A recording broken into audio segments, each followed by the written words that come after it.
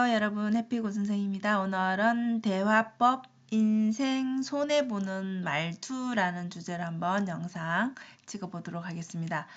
네, 이 영상은 제가 김미경 TV에서 본 김미경 대표님의 인사이트인데요. 말 습관이 정말 중요하다라는 것을 저도 최근에 많이 느끼는 부분이라서 좀 공감이 되어서 여러분들께 한번 전해드리고 싶습니다. 여러분, 우리가 평소에 아마 이런 말들 쓰는 사람들을 만날 거예요. 본인이 쓰고 있을지도 모르고요. 음식을 우리가 만들어 놓고는, 차려 놓고는, 이렇게 말하는 경우가 있죠. 되게 하이톤으로 맛있냐고 물어보는 사람도 있을 것이고, 그냥, 좀 건조하게 먹을만해? 이렇게 물어보는 사람이 있을 것입니다.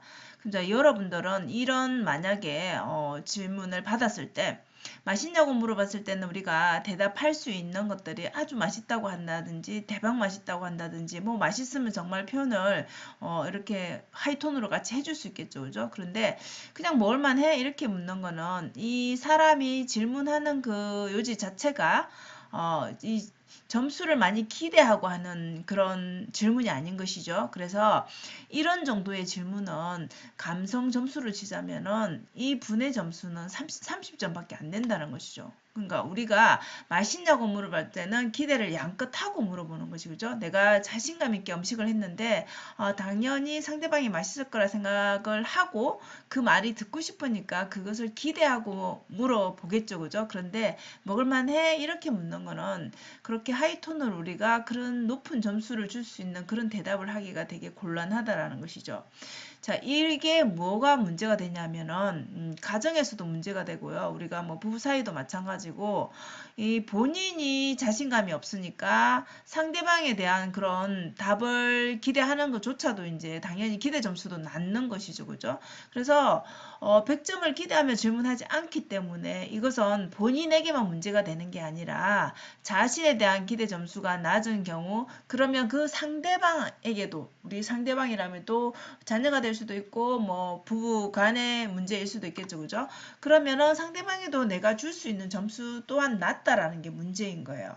그러면은 이런 사람인 경우에는 괜찮네 먹을만하네 이렇게 말해주는 게 그냥 최고의 칭찬으로 듣는다는 것이죠. 그래서 우리가 소위 말하는 그 대박 맛있다 뭔가 너무 왕 맛있다 하는 뭐 그런 말들 있잖아요. 우리가 막 표현을 너무 맛있는데 어떻게 표현할 수 없다라는 그런 과장된 그런 표현들 있잖아요. 그죠? 그런 과한 표현을 할 수가 없는 것이죠. 그래서 좀 안타깝죠. 그죠? 그래서 이렇게 묻는 것은 그냥 먹을만해 이렇게 하네 이렇게 말하는 게 겸손이 아니라는 것이죠. 그래서 이렇게 말하는 사람을 봤더니만 그 환경에서 문제가 있었다라는 것이죠. 살아온 환경. 어머니로부터 이게 형성이 된 것이라고 합니다. 어머니도 이렇게 이 분보다는 오히려 더 심하게 음식을 해놓고도 자신이 없는 것이죠. 그죠? 그래서 그냥 맛있어도 아닌 맛대가리 없지라고 이렇게 오히려 질문을 하면은 그럼 이 질문을 받은 사람은 맛이 없다라고 답을 할 건지, 그래도 먹을만 해요라고 말할 건지, 좀 난감하죠, 그죠? 그래서 이것은 아예 앞서 말한 것처럼 감성 점수가 아예 이런 30점도 안 되는 10점 수준이라는 것이죠. 그래서 우리가, 부모가 어떻게 물어봐 주는지, 어떻게 질문하는지, 그죠? 어떻게 대답하는지, 이런 것에 따라서 자녀의 그런 자존감, 자신감이 정말 다르게 형성이 될 수 있다라는 것이죠. 그래서 우리가 칭찬을 하는 것은 좋은데, 이 칭찬도 어떻게 하는지가 굉장히 중요한 것이죠. 그래서 우리가 좀 말을 할 때 좀 후하게 해줄 필요가 있는 말이 뭐 돈 드는 것도 아니잖아요. 그죠? 그래서 좀 후한 말을 해주라는 거. 그래서 실제 김미경 그 대표님은 부모님이 10번씩 다른 포인트를 가지고 칭찬을 해줬다라고 해요. 그래서 그냥 잘한 애가 아니라 뭐가 잘해서 잘했다라고 이런 식으로 하나의 일을 보고도 여러 방향에서 이렇게 칭찬을 해주다 보니까 이 칭찬을 듣는 사람은 어때요? 되게 내가 괜찮은 사람으로 보여지죠. 그죠? 그러면 우리가 사회생활을 할 때도 그렇고 사람들 간의 인간관계에서도 그렇고 나의 자존감이 되게 높아지겠죠. 그죠? 그래서 결국은 내가 이런 말을 들었기 때문에 이 말을 사랑을 우리가 받은 사람이 사랑을 줄 수 있듯이 남에게도 후한 말과 행동을 할 수 있게 되는 그런 사람으로 성장할 수 있다는 것이죠.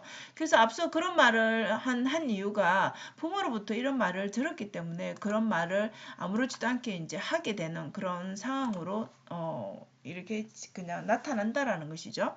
그래서 여기에 이어서 우리가 또 이런 말을 좀 많이 합니다.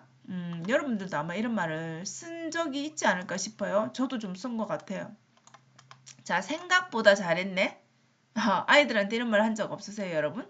생각보다 잘했네. 이렇게 말하는 경우 있죠. 뭐 주변의 지인들에게도 그렇게 말할 수 있고 우리가 생각해보면 이게 나쁜 말은 아니니까 못했던 말도 아니니까 그냥 내가 기대했던 것보다 잘했네 이런 말이기도 한데 어쨌든 이렇게 말하면은 상대방이 칭찬인 듯 하지만 이게 제대로 된 칭찬이 아니라는 것이죠. 이게 오히려 더 주눅들게 하는 말투라는 것이죠.